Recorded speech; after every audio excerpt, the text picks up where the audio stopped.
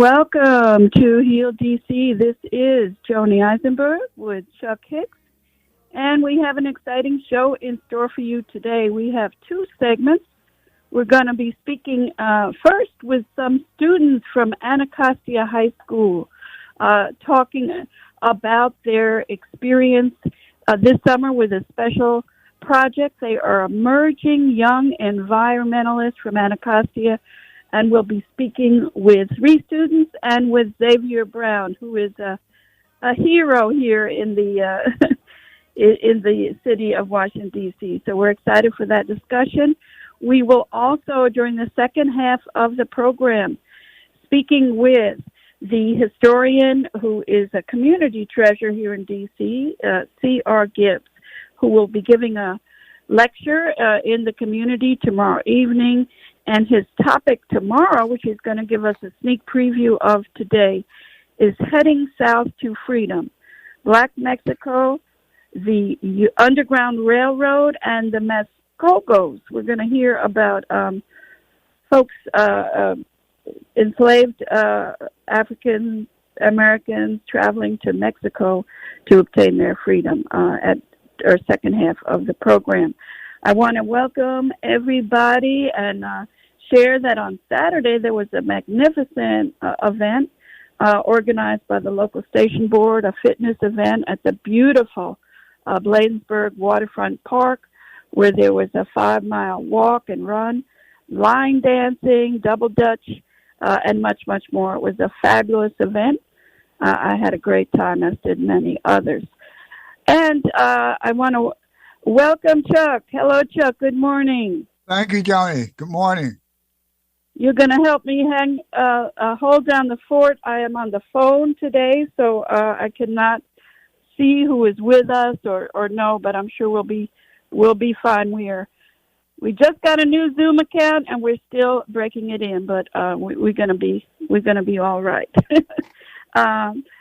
Okay, and so I'm gonna start out with welcoming, and we're gonna give one of our imaginary drum rolls to Xavier Brown, who is I'm going to call him an unsung hero, but he's really very well known and respected in many circles. And we're going to hopefully this fall begin to talk more about the issue of black farmers in D.C. and what's the progress that's been made over the decades. Can you everybody hear me okay? Yeah, I can. Yeah, we can hear you, Joni. We're here too. Okay, great. So I'm going to hand it over to Xavier, but I want to just say that we're hopefully this fall going to be spending more time with Xavier and other folks that he works with. I just read this morning that several years back he won the Black Justice Fellow Award as part of the growing movement of black agriculturists in the D.C. area who are working to reconnect black people to their roots with the land and nature. And Xavier is one of those inspirations. So before we move with the students, Mike, can you play a little bit of that music that Xavier selected?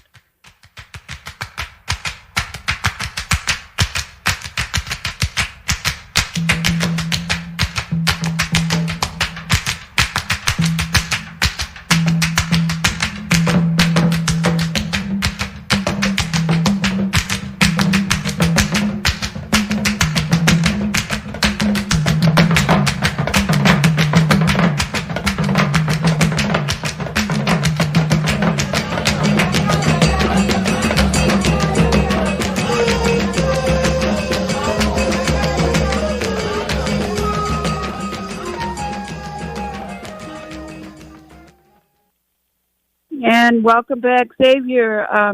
Take it away. Perhaps you might want to share a little bit about that song you selected, and then introduce the students that are with you. Sure. So that was a song by a jazz artist from New Orleans named Christian Adetunde Scott. It's called Her Arrival. And so we're live and direct from Anacostia High School. I have three people with me today. I have the NAF Academy Director, Miss Benjamin. I have a junior Jermaine Williams, and I have a senior, Kari Borm, here with me today. So we're excited for you to have us. Yes, and we're very excited to have you. And before, I've asked Xavier to kind of lead the discussion with the three students. But before we jump into that, Xavier, give us a little background about what the students have been doing and what you've been doing over the summer.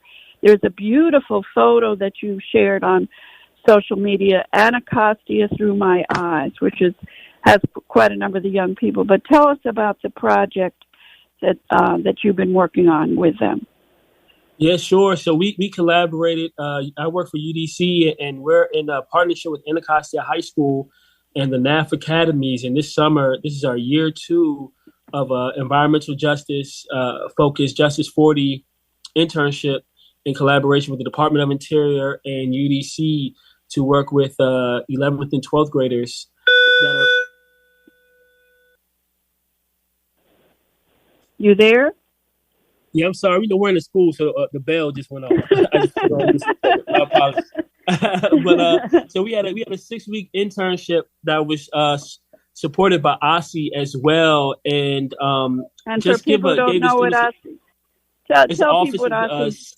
I'm sorry. Yeah, OSSI is the Office of State Superintendent of Education in DC. And so the students got paid $17 an hour to do some career exploration and community building internship with us this summer, focused on environmental justice and focusing on the community. So it was like an introductory type of thing. And a part of this internship, they wrote a book of poetry about Anacostia and their experience. Wow! And is that book, maybe by the end of the show, you can tell us if the book is out yet and how people might be able to get it. But let's. I think it's a good idea for Xavier to share with the students and ask them some questions or to share their experiences. So, Xavier, take it away.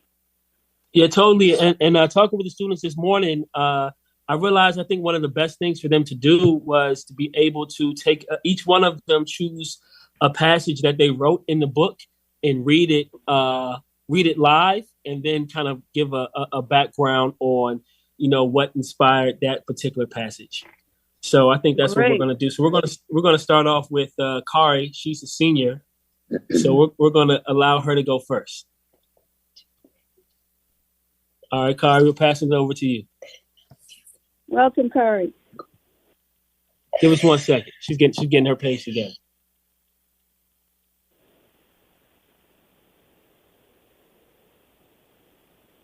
And if you want to tell. Hello, my name is Kari Borm. I'm a senior at Anacostia High School. I'll be reading you my poem, If I Were a Blue Jay, from our book.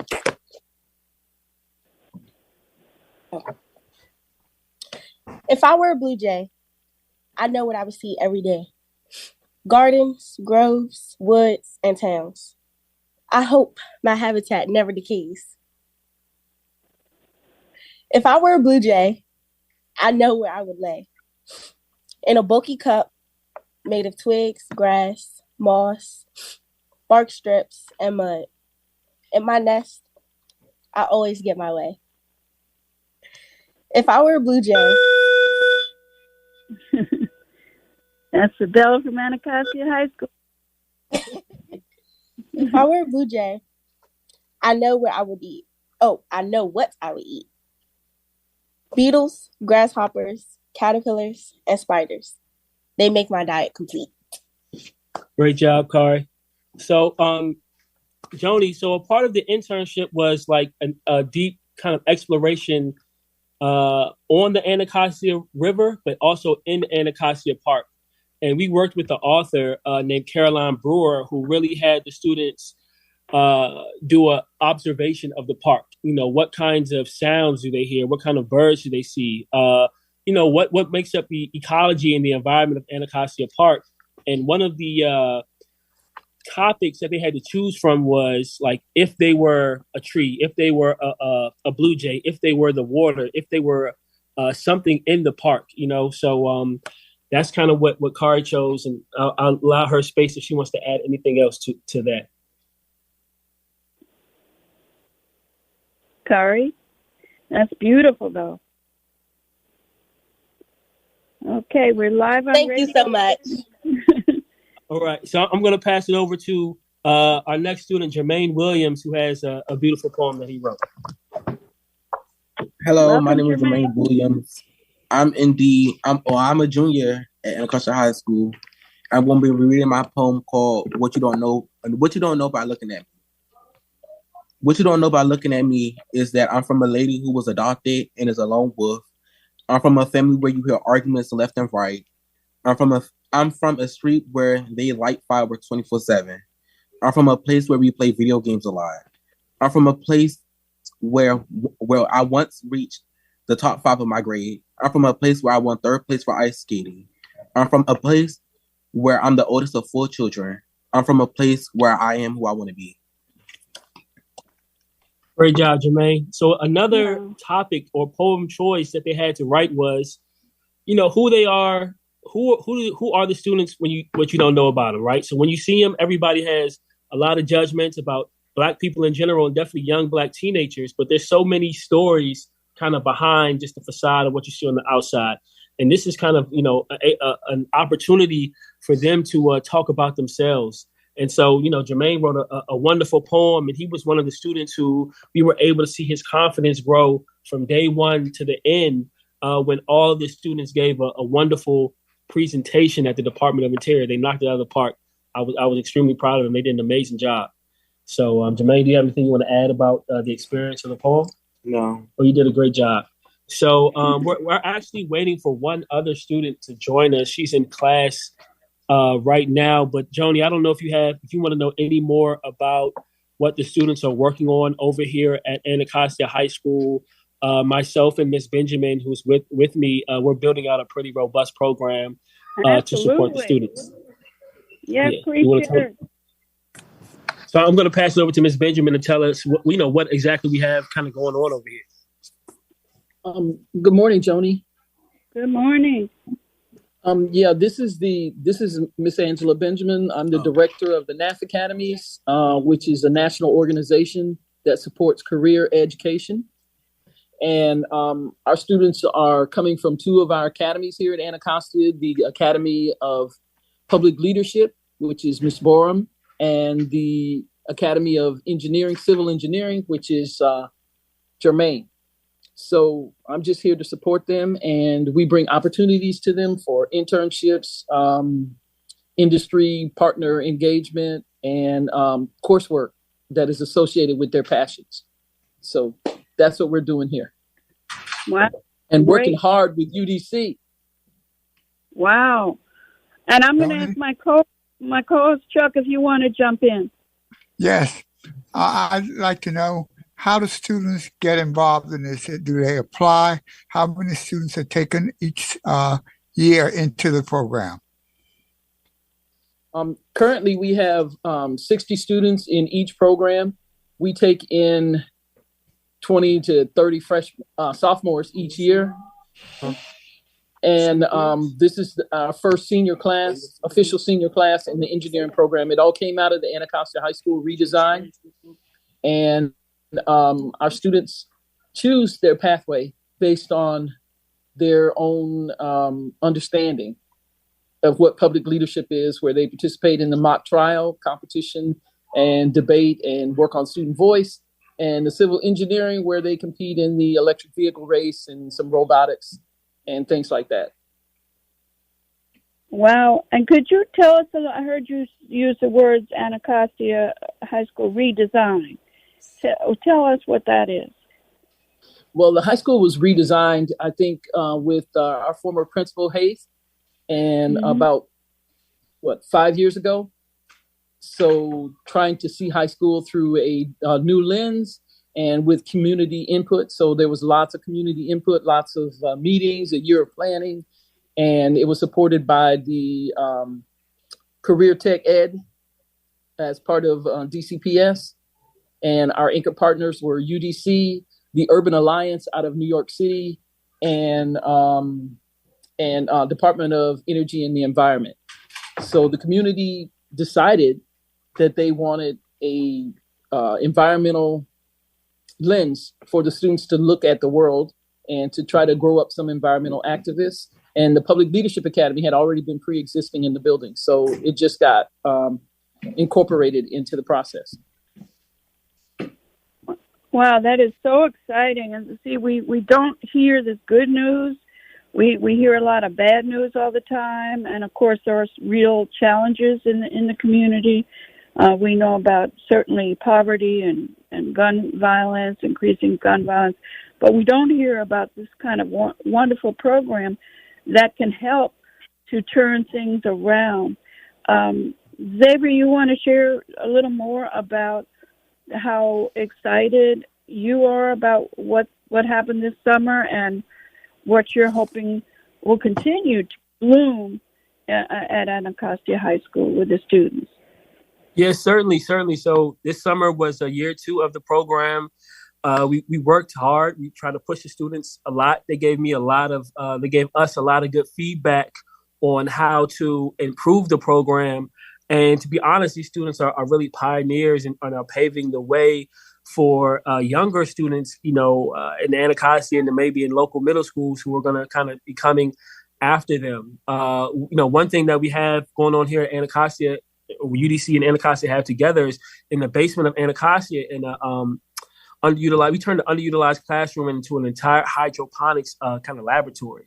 And so going on to this year, we're going to have another internship where we're going to work with the students from both academies. I believe it's just going to be the seniors from both academies to build out a small kind of micro business growing mixed greens, lettuce and different varieties of lettuce, maybe some collard greens and some kale and some microgreens, and to build out an entire business and use both the engineering and the public leadership skills from those 2 academies to build out a business coming right out of Anacostia High School. So I'm looking forward to that. And the students also have a book release. So the book has only been shared just hyper locally at the school, but we want to share with as many people that would like to purchase it. And we also want to give the students the opportunity to be celebrated by the city and their community. So there'll be a book release and a book signing. And the students will also be presenting at some conferences later on this year. So we have some in West Virginia at the Chesapeake Bay Watershed Forum. So we have a lot of fun things going on to continue to help the students grow and all that type of good stuff. Yeah, and we hope to share with our listeners when the book release and book signing will be. And maybe we'll have some books to share with the listeners as well. Is that going to be sometime in the fall? David, it'll be, yes, it'll be in the fall. It'll be this year. I think we're looking at potentially sometime in October if we can get everything organized. We have our first planning meeting about it on Wednesday, just to kind of map it out. So I'll definitely let you know, Joni, and hopefully, WPFW can be involved in support. Absolutely. And who knows, maybe we can feature that in our upcoming pledge drive in October. And I wanted to share with you, Ms. Benjamin, as I'm listening to you talk about, I'm remembering something that we did on Two Heel DC quite a while ago. It's maybe 15 years ago. We came to Anacostia High School with the hero, Tommy Smith, who you may know was one of the 2 brothers who lifted their fist. From the Olympics. From the Olympics. Yes, and we brought him to Anacostia High School with the students. It was a big, big success. And then for many years, he led a track meet in D.C. with young people. So I have those very fond memories with Anacostia High School, and maybe we can work with you in the future to also bring people like that when they come through town. But I wonder, Ms. Benjamin, perhaps this is I don't know if this is a good question or not, but we hear so much, and we know that there's been an increase in gun violence this year in particular. And of course, we've had this over the years in D.C., and there have been initiatives that were funded years back that really helped to decrease the gun violence. But do you have any comments about how this kind of program that you're working with Xavier Brown and UDC and the students can really have a very positive impact on the students and the community that can help to turn around some of these challenges that we face? Well, I would say in a program like what we offer here with the NAF Academies helps to ground our kids into the middle class and help them understand their own capabilities and their own potentials, right? So that they have an opportunity to experience what it's like to study something that they really love, what it's like to interact with professional people, and what it's like to be on the job, and what it's like to learn to open their minds to the experiences that are available to them. It's a challenge for them because they have a lot of things on their minds, and getting them to just open up and realize the opportunities that are available to them is one of our strongest pushes. And, you got to go one kid at a time, trying to get them to see their potential and to realize how magnificent they can be, and get them to see outside, will include their neighborhood, but get them to see outside the world, outside of their neighborhood. Right. And so, it's a calling for teachers and people like Xavier and I to be in the building, trying to help these kids to see how incredible they really are. Absolutely. Absolutely. And Chuck, if you have another question, jump in. I'm just... So when do the students sign up and apply for this program? Can you repeat the question, please? When do the students sign up or apply for the program if they want to be a part of it? Well, first of all, the Public Leadership Academy is only offered at Anacostia High School. So if a student is interested in the law, in government service, politics, being a speaker for their community, Anacostia is one of the choices that they can make coming in the 9th grade. We also partner with Kramer and Sousa and interact with them to get the kids to see the programs that are available at Anacostia. And then during the 9th grade year here at school, we work with them and introduce them to the program and have our scholars work with them so that they can see the opportunities before them. And then in May, at the beginning of May, they choose which academy they want to be a member of. And we have like a ceremony associated with that.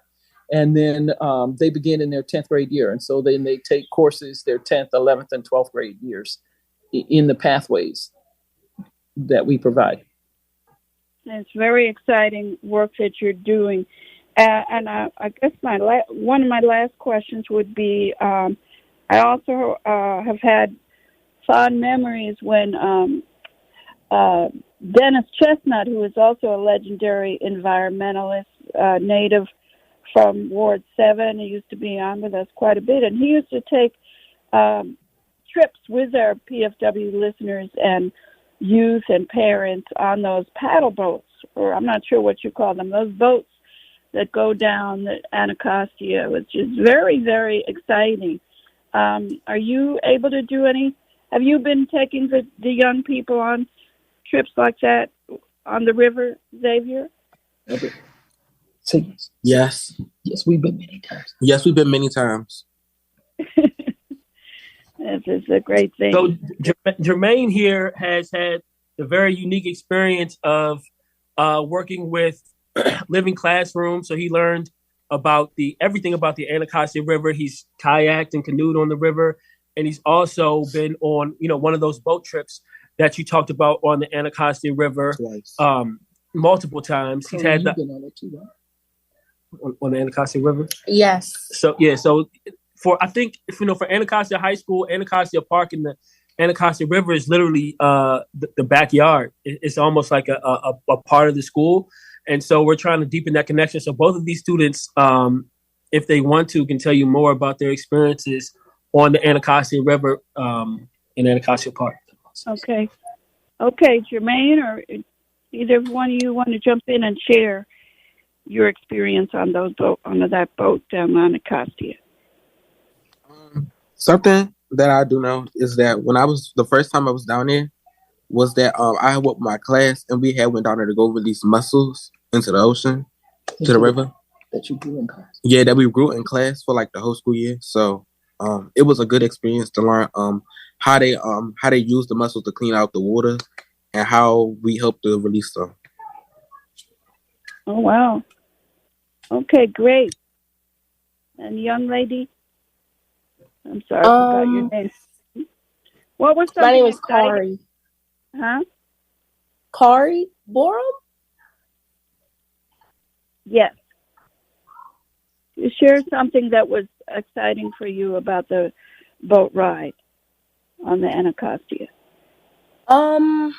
One of the first times that I went on a boat ride was last year. It was for a field trip. It was exciting because I had never went before, and I learned.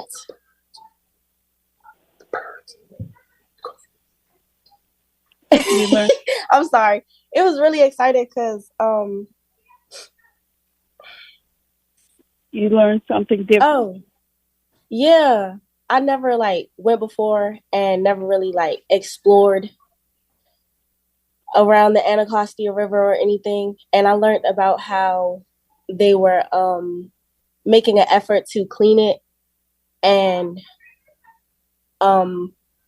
remove all the pollution. And I also learned about how there are different plants and animals and stuff working together to help clean the Anacostia River. So I thought that was very nice. Yes, plants and animals working together, and hopefully the people be working more and more together too.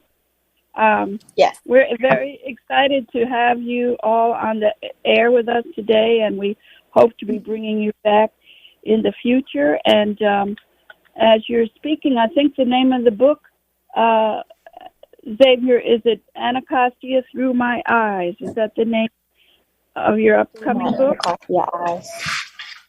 It's actually called Through My Anacostia Eyes. Say it again. It's called Through My Anacostia Eyes. Through My Anacostia Eyes. It's a beautiful name for a beautiful book. And we're very excited to have you on. We congratulate you for being yourselves and doing what you're doing. Xavier, is there a way that people, if they wanted to find out more, that they could get in touch with you or UDC or any? Yeah, for sure.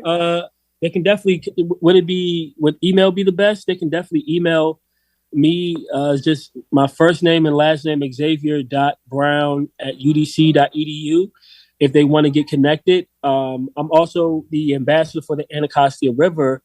So the project that Jermaine talked about with the mussels, there's a mussels project that's happening in the Anacostia River, and they're using mussels to test the health of the river, right? And so they kind of grew those mussels in their classroom to kind of give the students a hands-on experience of that project. So there's a lot of different things that we're trying to intertwine and intersect with the students and allow them to be on the front lines of what's happening in their community. Wow, that's very, very exciting. And again, listeners, that's Xavier.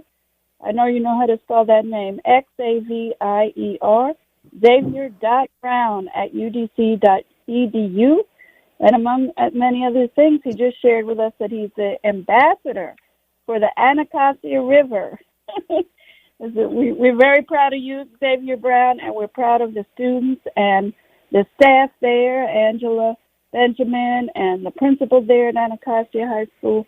Very, very positive work. We hope to continue to feature you on our airwaves here at 2 Heal DC, and definitely we'll be sharing the book and how listeners might be able to get a copy of it.